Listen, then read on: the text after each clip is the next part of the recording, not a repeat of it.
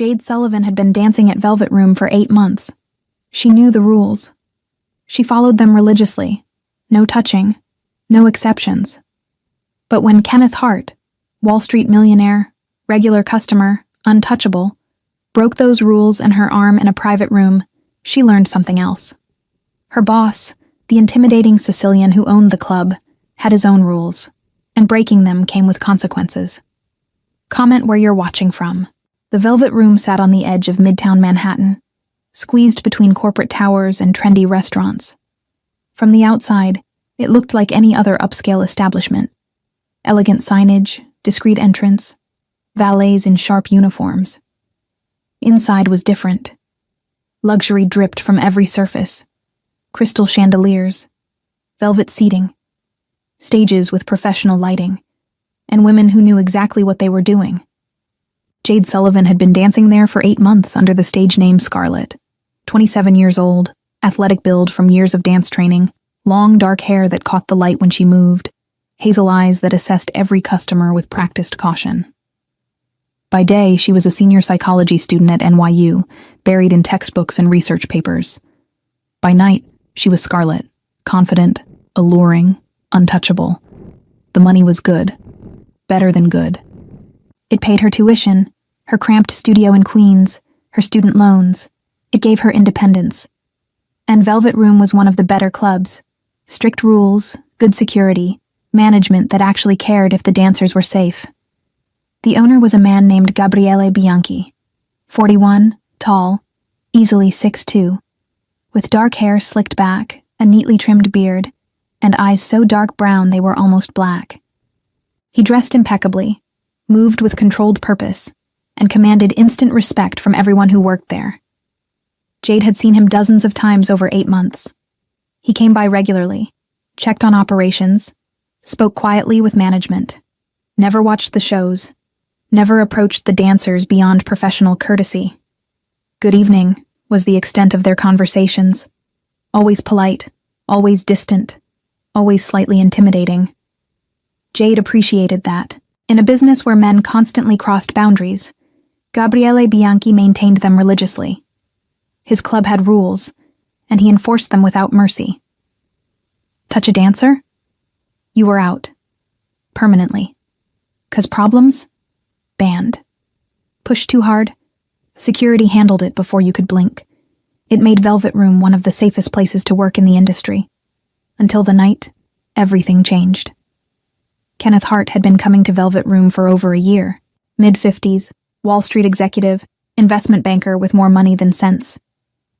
He tipped well, requested private dances regularly, and always seemed polite. Jade had danced for him maybe a dozen times. Professional, clean, no problems.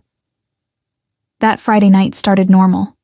Jade arrived at 9, changed into her first costume, crimson and black, strategic coverage, professional stripper wear. Did her makeup, warmed up, hit the main stage at 10 for her first set. The club was busy. Weekend crowd, businessmen unwinding, bachelor parties in the VIP section, regulars at the bar. Jade worked the stage, collected tips, smiled at customers without really seeing them. 3 sets on the main stage, 2 private dances in the monitored rooms, a break at midnight. Kenneth Hart requested her at 12:30. Private room 3, the floor manager told her. 30 minutes. He's already paid. Jade nodded, checked her makeup, headed to the private area. Room 3 was standard. Comfortable seating, good lighting, camera in the corner for security. The rooms were monitored. Always. Management watched to make sure rules were followed. Kenneth was already there, sitting in the plush chair. Expensive suit slightly rumpled, tie loosened. He smiled when she entered. "Scarlett, you look beautiful tonight." "Thank you, Mr. Hart." She closed the door, moved to the small stage area in the corner. Music started automatically. Something slow, sensual. She began to dance. 5 minutes in, she noticed he'd been drinking. More than usual. His eyes were unfocused, his smile too wide. But he'd been drunk before. Never a problem. 10 minutes in, he leaned forward. "Come closer. You know the rules, Mr. Hart. No touching. I paid for a private dance. I want you closer. She maintained her distance, kept dancing. Professional, controlled. This is as close as it gets. 15 minutes in, he stood. I said closer. Warning bells. Jade stepped back. Mr. Hart, please sit down. If you can't follow the rules. Rules! He laughed, bitter. You know how much money I've spent here? How much I tip you? I'm not asking for much. Just come here. No. Clear. Firm. She moved toward the door. I'm calling security. He grabbed her wrist, fast, too fast for someone supposedly drunk, yanked her toward him. Let go. Jade tried to pull away. Security. They're not coming fast enough. His grip tightened. You've been teasing me for months, dancing, smiling, taking my money. Now I want what I paid for. You paid for a dance, not this. Let go. She twisted, tried to break free. He yanked harder. She heard it before she felt it. A snap, sharp, distinct. Then pain exploded up her arm, white-hot and blinding. Jade screamed. The door burst open. Security, 2 large men in black, rushed in, grabbed Kenneth, pulled him off her. He was still yelling, fighting them, saying something about rights and lawyers and knowing people. Jade cradled her arm against her chest. It hung wrong, bent at an angle that wasn't natural. The pain was overwhelming, making her vision blur. Jesus, one security guard said. Marco, call an ambulance. No hospital. The words came out automatically. No hospital. Miss, your arm. Get the boss. That was the floor manager, appearing in the doorway. Now, get Bianchi. Now. Everything after that was fragmented. Someone helped her to the office. She sat in a chair, cradling her arm, trying not to pass out. Kenneth Hart was yelling somewhere. She could hear him through the walls, threatening lawsuits, demanding to be released, saying he knew the mayor, the police commissioner, people who mattered. Then a door opened. The yelling stopped, abruptly, and Gabriele Bianchi walked into the office. He took one look at Jade. Her arm, her face pale with pain, the tears she was trying not to cry, and his expression went completely cold. Who broke your arm? Not, are you okay? Not, what happened? Straight to the core. Kenneth Hart. Her voice shook. Private room. He grabbed me. I tried to leave. She gestured at her arm. Gabriele turned to his security. Where is he? Holding room, boss. He's making a lot of noise. I'll deal with him. He looked at the floor manager. Call Dr. Russo. Tell him I need him here immediately. Private. Discreet. Back to Jade. Can you walk? I think so. Come with me. He led her through a back hallway, up a flight of stairs she'd never noticed, to a door marked private. Beyond was an apartment. His apartment, she realized. Above the club.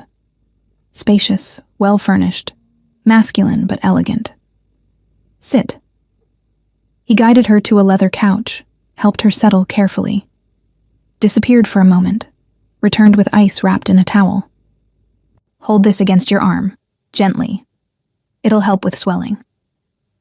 Jade took it with her good hand. Thank you. Don't thank me. This happened in my club, under my watch. That's my failure. He moved to the bar, poured something amber into a glass. Drink this. It'll help with the pain until the doctor arrives. I don't drink. Drink it anyway. She did.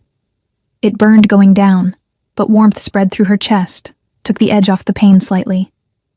Gabriele sat in a chair across from her, phone to his ear, speaking in rapid Italian. She caught maybe one word in 5. Doctor, urgent, broken, careful. He hung up. 10 minutes. Dr. Russo is on his way. I should go to a hospital. Do you have insurance? Jade hesitated. Student insurance. But it doesn't cover much. Then you're not going to a hospital where they'll charge you thousands of dollars and ask questions. Dr. Russo is discreet. He'll set your arm properly, and I'll pay for it. I can't let you Yes, you can. His voice was firm but not unkind.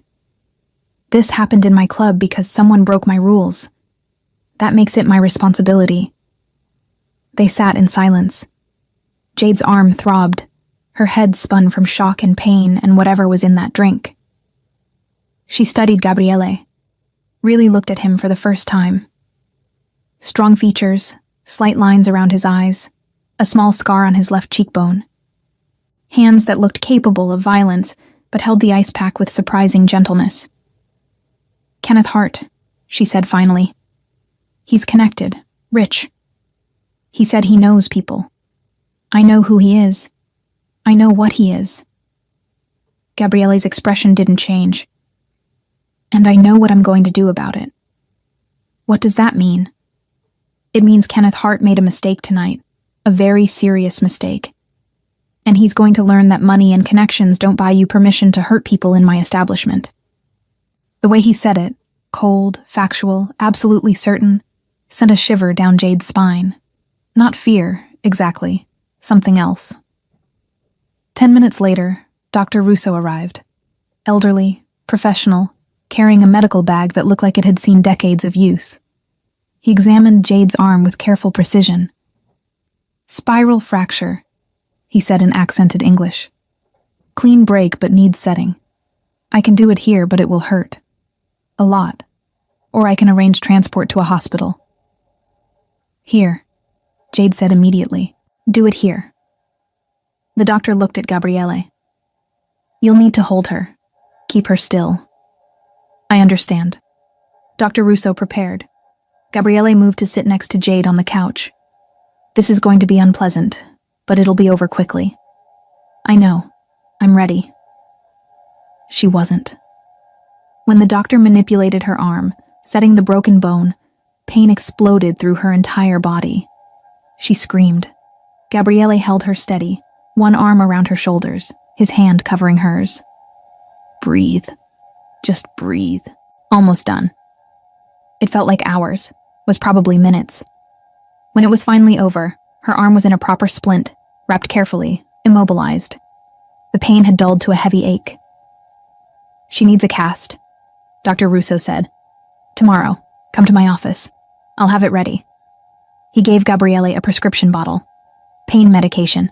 1 every 6 hours. Keep the arm elevated. No unnecessary movement. Thank you, doctor. After he left, Jade sat on the couch feeling wrung out, exhausted, shaky. Gabriele brought her water, made her drink it, gave her one of the pain pills. What happens now? She asked quietly. Now you rest. There's a guest room down the hall. Stay here tonight. I need to get home. You're in no condition to go anywhere, and I'm not putting you in a cab with a broken arm at 2 a.m. He stood. Come, I'll show you the room. She followed him down a short hallway. The guest room was simple but comfortable. Queen bed, clean linens, attached bathroom. He pulled back the covers. Sleep. We'll figure out the rest tomorrow. Gabriele. She caught his wrist with her good hand. Thank you. For everything. He looked down at where she touched him, then at her face. Someone hurt you in my club. That makes it my responsibility to fix it. Don't thank me for doing what should have been done anyway. He left, closing the door quietly behind him. Jade sat on the edge of the bed, arm throbbing despite the medication, mind spinning. She just spent the last 2 hours with her boss, the intimidating, untouchable Gabriele Bianchi. Seen his apartment. Let him hold her while a doctor set her broken arm. And now she was sleeping in his guest room. This was not how she'd expected her night to go. She changed awkwardly out of her costume into a t-shirt she found in the dresser. His sister's, maybe. Too big on her, soft with wear. Climbed into bed. The pain medication was pulling her under, making everything fuzzy and distant. Her last thought before sleep took her was wondering what Gabriele meant when he said Kenneth Hart had made a mistake. And what, exactly, he planned to do about it. Jade woke to sunlight streaming through unfamiliar windows and the smell of coffee. For a confused moment, she didn't know where she was. Then her arm throbbed, memory crashed in, and everything came back. Kenneth Hart. The break. Gabriele. She sat up carefully. Her arm was a dull ache now, manageable with the splint. The clock on the nightstand read 9:30. She'd slept for 7 hours. Voices drifted from somewhere in the apartment, male voices, speaking Italian, low, serious tones.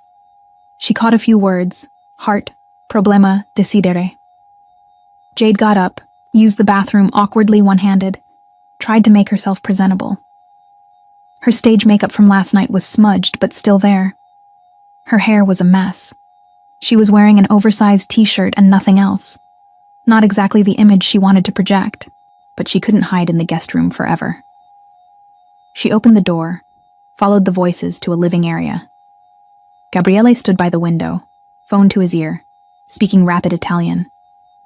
2 other men sat at the dining table, both large, both clearly security or muscle of some kind. They all turned when she entered. Jade. Gabriele ended his call immediately. How do you feel?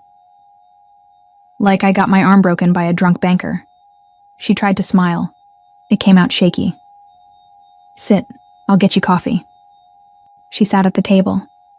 The 2 men nodded politely, then stood and left without a word, clearly dismissed. Gabriele brought her coffee, black, no sugar. Somehow he remembered how she took it from the few times he'd seen her in the break room. Thank you. She sipped it carefully. What time do I need to be at Dr. Russo's office? Noon. I'll drive you. You don't have to. Yes, I do. He sat across from her. Jade, we need to talk. About last night. About what happens next. Kenneth Hart is going to sue, isn't he? The club.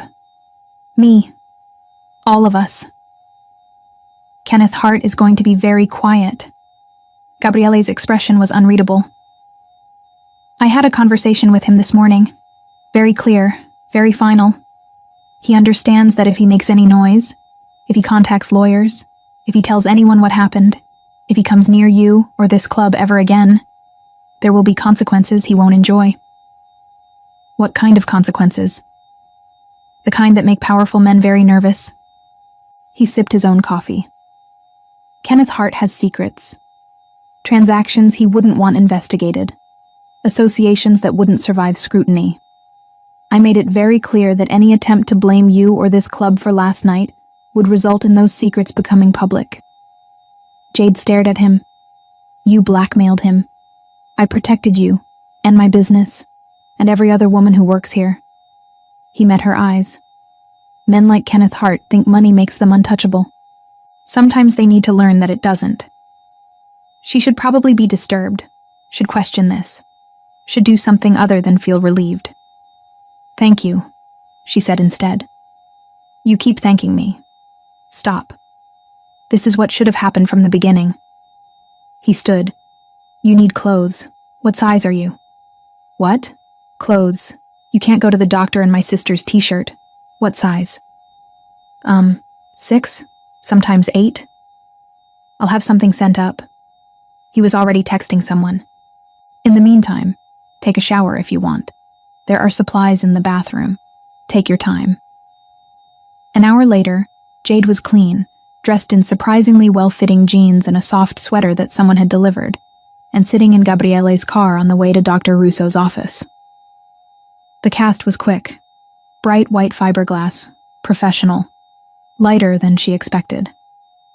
Dr. Russo gave her more pain medication, instructions for care, and an appointment for 6 weeks out. You'll heal, he said kindly. Young bones mend well. In the car afterward, Gabriele glanced at her. You can't work, not for 6 weeks minimum. I know. Jade's stomach twisted. I'll figure something out. Find another job. Something I can do one-handed. You'll work for me. She turned to stare at him. What? You can't dance with a broken arm. But there are other jobs at the club. Management, scheduling, bookkeeping. You're a psychology student. You're smart enough to handle administrative work. Gabriele, I can't ask you to... You're not asking. I'm offering. You work for me. You get paid. When your arm heals, you decide if you want to go back to dancing or stay in administration." He pulled up outside her building in Queens. "Think about it. Let me know tomorrow." "How do you know where I live?" "Employment records." At her expression, he added, "I own the club, Jade. I have access to that information. I'm not stalking you." "I didn't think you were." She climbed out carefully. "Thank you for everything. The doctor, the cast, the ride." "Tomorrow," he said. "Let me know tomorrow." He waited until she was inside before driving away. Jade spent the rest of the weekend thinking. Her arm ached despite the pain medication. Her studio apartment felt small and empty, and she couldn't stop replaying the last 24 hours in her mind. Gabriele had protected her, not just from Kenneth Hart's immediate violence, but from the aftermath. He'd paid for her medical care, threatened a powerful man on her behalf, offered her employment so she wouldn't lose income, and he'd done it all without asking for anything in return. By Monday, she'd made her decision. She showed up at Velvet Room at 6 p.m., went upstairs to Gabriele's office above the club, and knocked. "Come in." He was behind his desk reviewing paperwork. Looked up when she entered. "Jade, have you decided?" "Yes. I'll take the job, whatever you need me to do." Something that might have been satisfaction crossed his face. "Good. Sit. We'll go over the details." The job was real, not charity disguised as employment.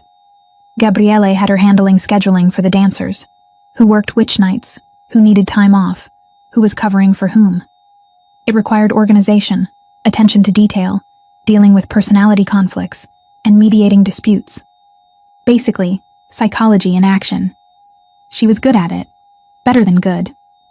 Within 2 weeks, she'd streamlined the entire process, reduced conflicts, and had most of the dancers actually liking her because she listened to their needs and accommodated reasonable requests. "You're better at this than the last 3 managers combined," Gabriele said one evening, reviewing her work. "The girls actually communicate now. It's not complicated. You just have to treat them like human beings instead of inventory." Novel concept in this industry. They fell into a routine. Jade came to the club 5 nights a week, worked in the small office off Gabriele's main office, handled scheduling and minor administrative tasks. Sometimes he was there, working on his own business. Sometimes he was downstairs dealing with club operations. They'd talk occasionally, about the club, about her studies, about nothing important. It was professional, appropriate, exactly what it should be. Except Jade found herself looking forward to the nights when he was there, found herself noticing things about him. The way he moved, controlled, and purposeful. The way he spoke to his staff, firm but fair. The way he'd check on her without being obvious about it, making sure she had what she needed, that her arm was healing properly. And sometimes she'd catch him looking at her. Just for a moment, before he'd look away. Something in his expression she couldn't quite read. 1 month after the incident, Jade arrived at the club to find the dancers buzzing with gossip. "Did you hear? Kenneth Hart got arrested." Jade froze. "What?" "Yeah, some kind of financial fraud. SEC investigation. They say he's looking at serious prison time." She went upstairs, found Gabriele in his office. Kenneth Hart was arrested. "I heard." He didn't look up from his paperwork. Did I what? Did you have something to do with it?" Now he looked at her. "I told you, Kenneth Hart had secrets. Those secrets would have stayed secret if he'd left well enough alone. But he didn't. He tried to hire a lawyer to come after you in the club, so those secrets became less secret. You destroyed his life. I ended his ability to hurt anyone else. There's a difference." He stood. "He broke your arm, Jade. He assaulted you, and he was going to try to blame you for it, claim you seduced him, that you asked for it. I prevented that. If his own illegal activities came to light in the process, that's his problem. She should be disturbed, should question this morality, should feel something other than relief and gratitude. Thank you. she said instead. Stop thanking me. I can't. You keep doing things worth thanking you for. He moved around the desk, stopped a few feet from her. You're healing well. Doctor, Russo says another 4 weeks and the cast comes off. Good. A pause. Will you go back to dancing? I don't know. I like what I'm doing now. Scheduling, management, it's actually interesting. You're good at it. The girls respect you. They listen to you. That's rare. He moved slightly closer. I'd like you to stay, in administration. Permanently, if you want. Even after my arm heals? Even after. They were standing very close now. Close enough that she could smell his cologne, something expensive and subtle. Close enough to see the gold flecks in his dark eyes. Why? She asked quietly. Because you're good at this. Because the club runs better with you here. Because... He stopped. Because I want you to stay. The air between them felt charged, heavy, like something was about to break. Gabriele. His phone rang. He stepped back immediately, answering in Italian. The moment shattered like glass. Jade left the office, heart pounding, and went back to work. But she couldn't stop thinking about the way he'd looked at her. The way he'd said he wanted her to stay, like it meant more than just employment. 2 months after the incident, winter gave way to early spring. Jade's cast came off. Her arm was weak but functional. Dr. Russo prescribed physical therapy, exercises to rebuild strength, restore range of motion. Gabriele showed up at her apartment the next evening with printed PT instructions and a set of resistance bands. How did you know where I live? She asked, letting him in. Employment records. We've established this. He set the supplies on her tiny kitchen table. Dr. Russo said you need to do these exercises twice daily. I'm making sure you do them. I can handle it myself. I know you can. But you'll heal faster with help. Show me the first exercise. It was strangely intimate. Having him in her small space. Watching her struggle through PT exercises. His hands would guide hers when she did something wrong. Correct her form. Support her arm when it got tired. Better, he'd say. Again. He came back 3 times that week, then every other day the next week. They fell into an easy rhythm, exercises, casual conversation. Sometimes he'd bring food, claiming he'd made too much for just himself. You cook? Jade asked, tasting the pasta he'd brought. It was incredible. I'm Sicilian. Of course I cook. He watched her eat. My mother would disown me if I couldn't feed myself properly. This is amazing. Family recipe, my nana's. She'd make this every Sunday when I was a child. A pause. She'd like you. Why? Because you're strong, resilient. You got hurt and you didn't break. That matters to my family. I don't feel very strong sometimes. Strength isn't about not feeling pain. It's about moving forward despite it. He reached over, adjusted her grip on the resistance band. Like this. Pull slowly. Feel the resistance. His hand stayed on hers, guiding the movement. Their faces were close. She could feel the warmth of his breath. Gabriele, she said quietly. What are we doing? PT exercises. That's not what I mean. He didn't pull away. What do you want me to say? The truth. He was quiet for a long moment. The truth is, I noticed you the first week you started working at the club. The truth is, I've spent 8 months maintaining professional distance because you worked for me, and crossing that line would have been wrong. The truth is, watching you hurt, watching someone break your arm in my club, made me realize that distance doesn't mean I don't care. Jade's heart hammered. And now? Now I'm trying to figure out if you feel the same way, or if I'm reading something that isn't there. You're not reading something that isn't there. No? No. She set down the resistance band, turned to face him fully. I've been trying to convince myself this is just gratitude. You saved me, protected me, gave me a job. Of course I'd be grateful. But it's not just that. I think about you constantly. I look forward to the nights you're in the office. I notice everything about you. How you move. How you talk to people. The way you looked at me in your office that night. This isn't just gratitude. Jade, tell me if I'm wrong. Tell me this is one-sided and I'll stop. I'll keep things professional. But if I'm not wrong, he kissed her, cupped her face in his hands, and kissed her like he'd been thinking about it for months, deep and hungry and intense. Jade melted into it, her good hand clutching his shirt, pulling him closer. When they finally broke apart, both breathing hard, he rested his forehead against hers. You're not wrong. Good, because that would have been embarrassing. He laughed. Actually laughed. She'd never heard him laugh before. I've wanted to do that since the night you showed up at the club with a broken arm and refused to go to a hospital. That's a weird thing to find attractive. Everything about you is attractive.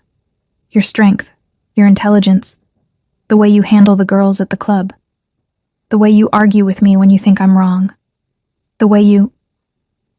He kissed her again. Softer this time. I'm not good at this, at saying what I feel, but you should know. This isn't casual for me. I don't do casual. What do you do? Committed, all in, probably too intense. My last girlfriend said I was possessive. Were you? Yes. But I call it protective. Semantics. He pulled back slightly. You should know what you're getting into. I'm not an easy man. I have a complicated life. A business that sometimes requires things I don't discuss. A world that's dangerous.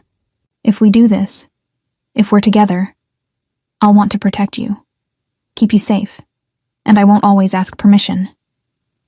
Is this where you tell me you're in the Mafia? He went very still. What? Come on, Gabriele. I'm not stupid. 8 months working at your club, watching how people treat you, the way you handled Kenneth Hart, the conversations I've overheard. I know you're not just a businessman. And that doesn't scare you? It should probably. But no, because I've seen who you are, how you treat people, the rules you have. You're not a bad man.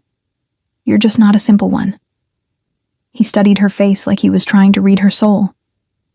Most people run when they figure it out. I'm not most people. No, you're not. He kissed her again. And this time when they broke apart, he didn't let go. Just held her close, one hand in her hair, the other around her waist. Mine, he said quietly. Say it. Yours. Completely. Completely. They made love that night in her small bed, careful of her still healing arm. Gabriele was gentle but thorough, learning what made her gasp, what made her moan. When they finally came together, it felt like something clicking into place, like this was always supposed to happen. After, lying tangled in sheets too cheap for what they'd just done, Jade traced the scars on his chest. Tell me about these. You don't want to know. Yes, I do. He was quiet for a while. Then, this one. He touched a jagged scar on his left side. Knife fight when I was 19. Someone thought they could take my father's territory. They were wrong. This one. A thinner line on his shoulder. Bullet graze. A deal gone bad. I was 23. Stupid. Learned my lesson. And this one. He pressed her hand to a small circular scar near his ribs. Cigarette burn. My father. Teaching me a lesson about respect. Jade's heart twisted. Your father hurt you? My father believed in discipline. Old school. Brutal. He ran his family with fear. Made a lot of enemies. Died because of it when I was 25. He covered her hand with his. I'm not him. I run things differently. Respect over fear. Rules that make sense. Protection for people who deserve it. But I'm still a product of that world. Still capable of violence when necessary. You need to understand that. I do understand. Do you? He turned to face her fully. Because once we do this, once you're mine, I'm not letting go. I'll protect you from everything, including yourself if necessary. I'll be possessive and intense, and probably suffocating sometimes.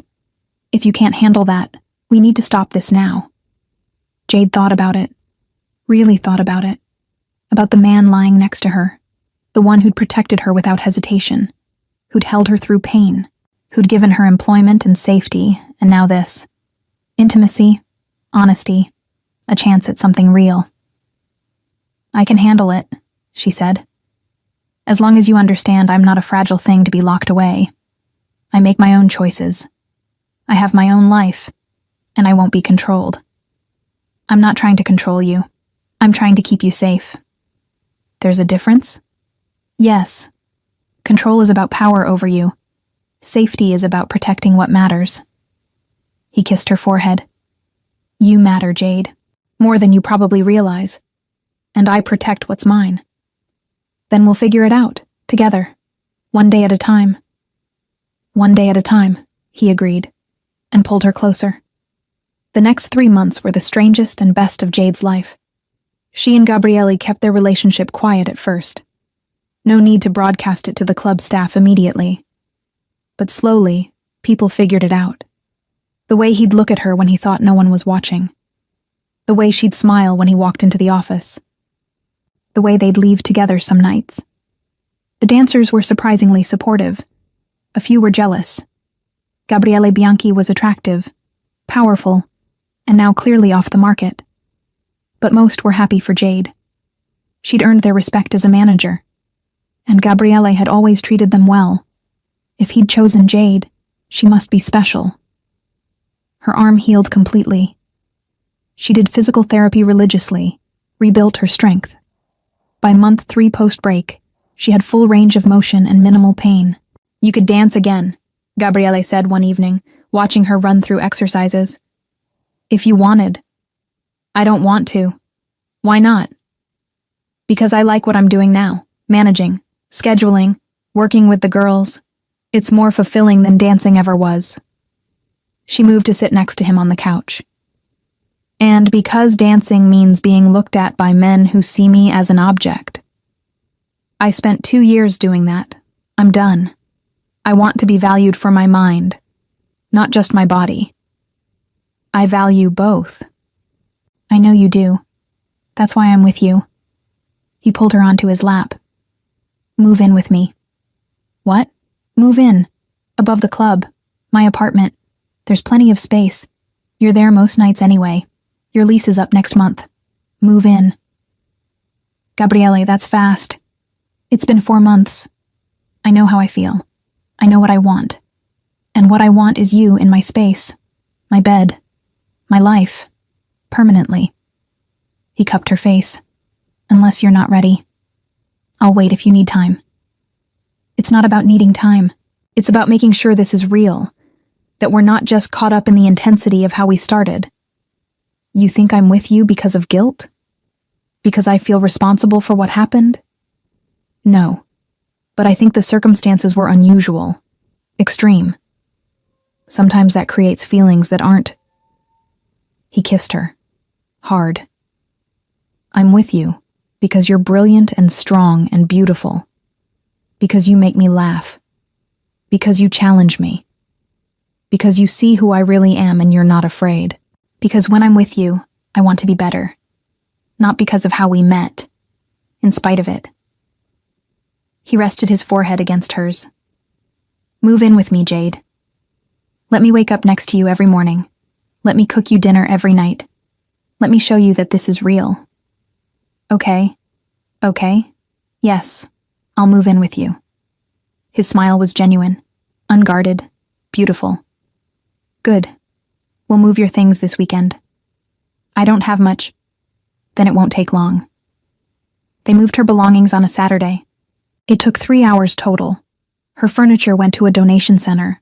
Her clothes and books and personal items fit in Gabriele's car. By evening, she was officially living above Velvet Room in his apartment, that was now their apartment. It's strange, she said, looking around. 2 months ago, I'd never even been up here. Now I live here. Strange good or strange bad? Strange perfect. That night, they christened every room in the apartment: kitchen counter, living room couch, shower, and finally the bed, where Gabriele made love to her slowly, thoroughly, until she forgot her own name. Mine, he said against her skin. Completely mine. Yours, she agreed. Forever. Month 6 brought Gabriele's family, specifically his mother. She wants to meet you, Gabriele said one evening, looking slightly nervous. Jade had never seen him nervous before. It was endearing. Your mother? And my sisters. And probably half my cousins. Sunday dinner. It's a tradition.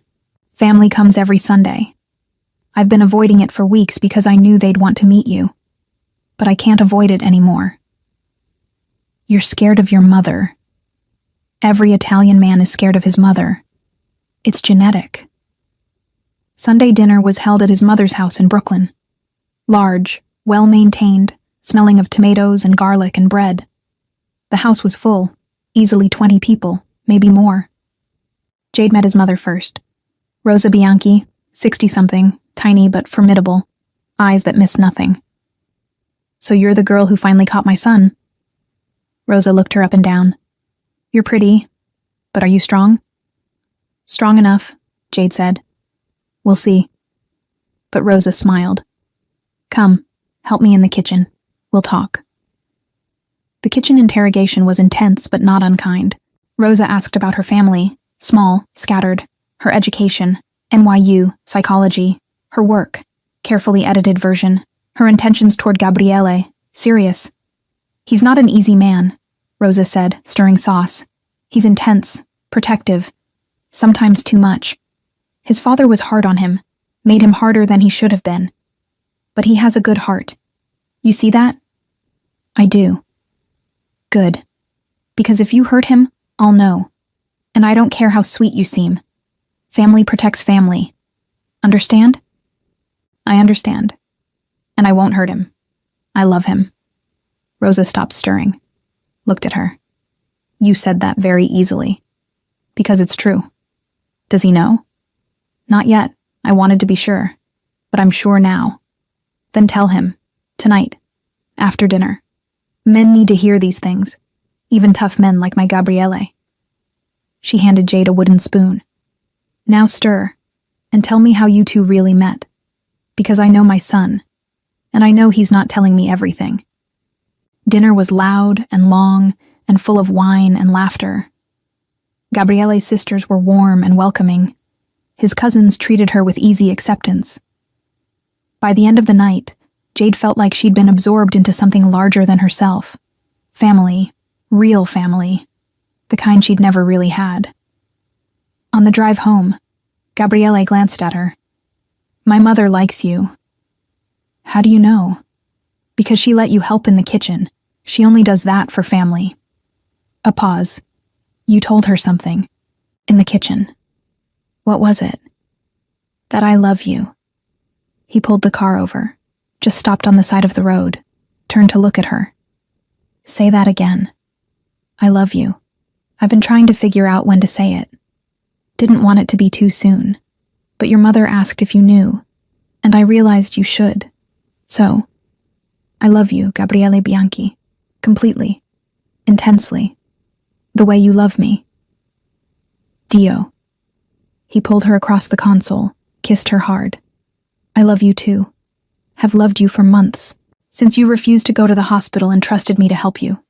Since you figured out who I really am, and stayed anyway. Since you moved into my life, and made it better just by being there. I love you.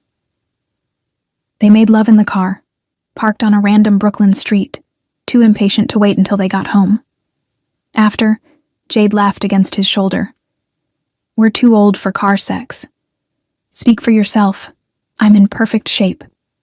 Your knee was cramping. Minor detail.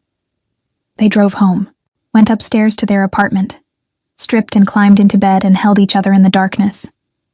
I want to marry you, Gabriele said quietly. Eventually, when you're ready, when it feels right. But I want you to know, this is it for me. You're it. Good. Because you're it for me too. Month 7 brought a crisis. Kenneth Hart, supposedly in prison, supposedly no longer a threat, had friends. And those friends decided Jade had ruined his life. Someone started following her. Nothing overt, just a presence. A car that appeared too often. A man in the coffee shop near campus who watched too closely. Gabriele's security noticed it first. Boss, someone's watching her. Marco, his head of security, showed him photos. 3 different guys, rotating surveillance. They're not trying hard to hide it. Gabriele's expression went cold. Find out who hired them. Now. It took 2 days to get the information. The surveillance was hired by people connected to Kenneth Hart. The message was clear. Back off the charges, stop cooperating with prosecutors, or face consequences. They're trying to intimidate you, Gabriele told Jade. Scare you into silence about Hart's assault. What do we do? I handle it. How? You don't want to know. Yes, I do. We're partners. I'm not a child to be protected from reality. Tell me. He looked at her for a long moment. Then, I'm going to have a conversation with the people who hired the surveillance. Very clear conversation. About what happens when you threaten people I love. And about how Kenneth Hart's problems are his own, not yours. Will that work? It will after I'm done. Gabriele left that evening with Marco and 2 other men. He came back 3 hours later with bruised knuckles and blood on his shirt. Jade was waiting in the apartment. She took one look at him and pulled him to the bathroom. Sit. She cleaned his knuckles carefully, bandaged them. The blood on his shirt was from someone else. He wasn't injured beyond the bruising. When she finished, he pulled her onto his lap. It's done. The surveillance will stop. The pressure will stop. Hart's people understand now that coming after you means going through me. And they're not interested in that fight. Did you hurt anyone? I made my point emphatically. That's all you need to know. Gabriele. I'm not a good man, Jade. I've told you this. But I'm good to the people I love. And I will protect you from everything. Even when it means doing things that aren't clean or simple. He cupped her face. If that's too much, if you can't handle what I really am, tell me now. Jade thought about it. About the man sitting in front of her with bruised knuckles and someone else's blood on his shirt. The man who'd just done violence to keep her safe. The man who'd looked at her with broken arm 8 months ago and said, "Who broke your arm?" like it was the only thing that mattered. I can handle it, she said, because I know why you do it. And because I trust you. And because I love you. All of you. Including the parts that are dark and dangerous. You're either very brave or very foolish. Probably both. He kissed her, carried her to bed, made love to her like he needed to prove she was real, that she was his, that she wasn't going anywhere, and she wasn't, not ever. Month 8 brought graduation. Jade finished her psychology degree, 4 years of work culminating in a diploma and a ceremony Gabriele attended despite hating crowds. He sat through 2 hours of speeches and name-calling, watched her walk across the stage, and looked genuinely proud. Dr. Sullivan? He teased afterward. Not a doctor, just a bachelor's. I'd need a PhD for that. You could do it. Get your PhD. Become a therapist. I'd support you. Maybe someday. Right now, I like what I'm doing. Managing my club? Managing our club. It's as much mine now as yours. Yes, it is. That night, he took her to the restaurant where they'd had their first real date, a small Italian place in Little Italy that his family had been going to for generations. They sat at the back table, the one reserved for family, and ate pasta and drank wine and talked about the future. I want to expand, Gabriele said. Open another club. Maybe 2. Higher end, more exclusive. And I want you to help me run them. As what? Partner? As co-owner, 50-50, your name on the papers. Equal say in all decisions. Jade stared at him. That's a huge offer. You've earned it. The club runs better with you there. The girls respect you. The finances are cleaner. You've made my business more successful. That deserves recognition, ownership, partnership. He reached across the table, took her hand. I'm not offering this because we're together. I'm offering because you're good at this, and because I want to build something with you. Not just a relationship, a real partnership, business and personal. Yes. Yes? Yes. I want to be your partner, in everything. He smiled. Good. Because I wasn't taking no for an answer. They signed the paperwork the next week. Jade Sullivan became part owner of Velvet Room. Her name on contracts. Equal say in operations. Real partnership. This is crazy, she said, looking at the signed documents. 8 months ago, I was dancing here. Now I own half of it. 8 months ago, you walked in with a broken arm and changed my entire life. Seems fair that I change yours back. Month 9 brought the proposal. Gabriele took her back to that first restaurant, the one in Little Italy, back to the family table. This time, the restaurant was closed. Private. Just the two of them and soft music playing in the background. Why are we here? Jade asked. Because this is where I knew. Where I looked at you across the table and realized I wanted this forever. You. Us. Everything we've built. He stood, moved around to her side, got down on one knee. Jade's breath caught. Jade Sullivan, you walked into my club 8 months ago, hurt and scared, and you trusted me to help you. Since then, you've become my partner in business, the woman I love, the person I want to wake up next to every morning for the rest of my life. He pulled out a small velvet box. I'm not always easy. I'm intense and possessive, and my world is complicated. But I love you with everything I am, and I'm asking you to marry me, to build a life with me, to be my wife. Will you? The ring was beautiful, diamond and white gold, elegant, simple, perfect. Yes, Jade said. Yes, of course, yes.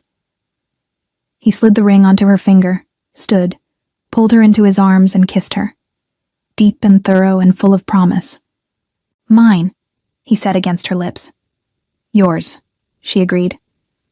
Forever. They married 3 months later. Small ceremony in Brooklyn, the same church where Gabriele's parents had married 40 years ago. Jade wore a simple dress. Gabriele wore a tux that made him devastatingly handsome. His family filled the church. Her small family sat in the front row, looking slightly overwhelmed but happy. The reception was loud and long and full of wine and dancing and laughter. Jade danced with Gabriele's uncles and cousins. He danced with her mother and his sisters. And at midnight, they snuck away to the car and drove back to Manhattan, to their apartment above the club, to their bed. Hello, wife, Gabriele said, pulling her close. Hello, husband. Any regrets? She thought about it. About the night 8 months ago when Kenneth Hart broke her arm. About Gabriele finding her bleeding and asking who broke your arm, like it was the only thing that mattered. About everything that had happened since. The protection, the partnership, the love. None, she said honestly. You? Not a single one. He kissed her. You're mine. Finally. Completely. Forever. Forever, she agreed. They made love as husband and wife. Slow and sweet and perfect. And Jade thought about how sometimes the worst moments of your life could lead to the best things. How pain could transform into protection. How a broken arm could lead to a man who'd spend the rest of his life making sure she was safe and loved and valued. Years later, when people asked how they met, Gabriele would smile and say, "She got hurt in my club. I fixed it and kept her." And Jade would add, "He asked who broke my arm, then made sure no one ever hurt me again." Because it was true. The man who'd found her bleeding had become the man who protected her always, who loved her completely, who'd built a life with her based on honesty and partnership and trust. Some love stories start with roses and romance. Jade's started with violence and a question. But it became something beautiful anyway, and she wouldn't change a single thing. Subscribe to see more Dark Mafia romance stories. Join our members area for exclusive content. And hit that notification bell so you never miss an upload.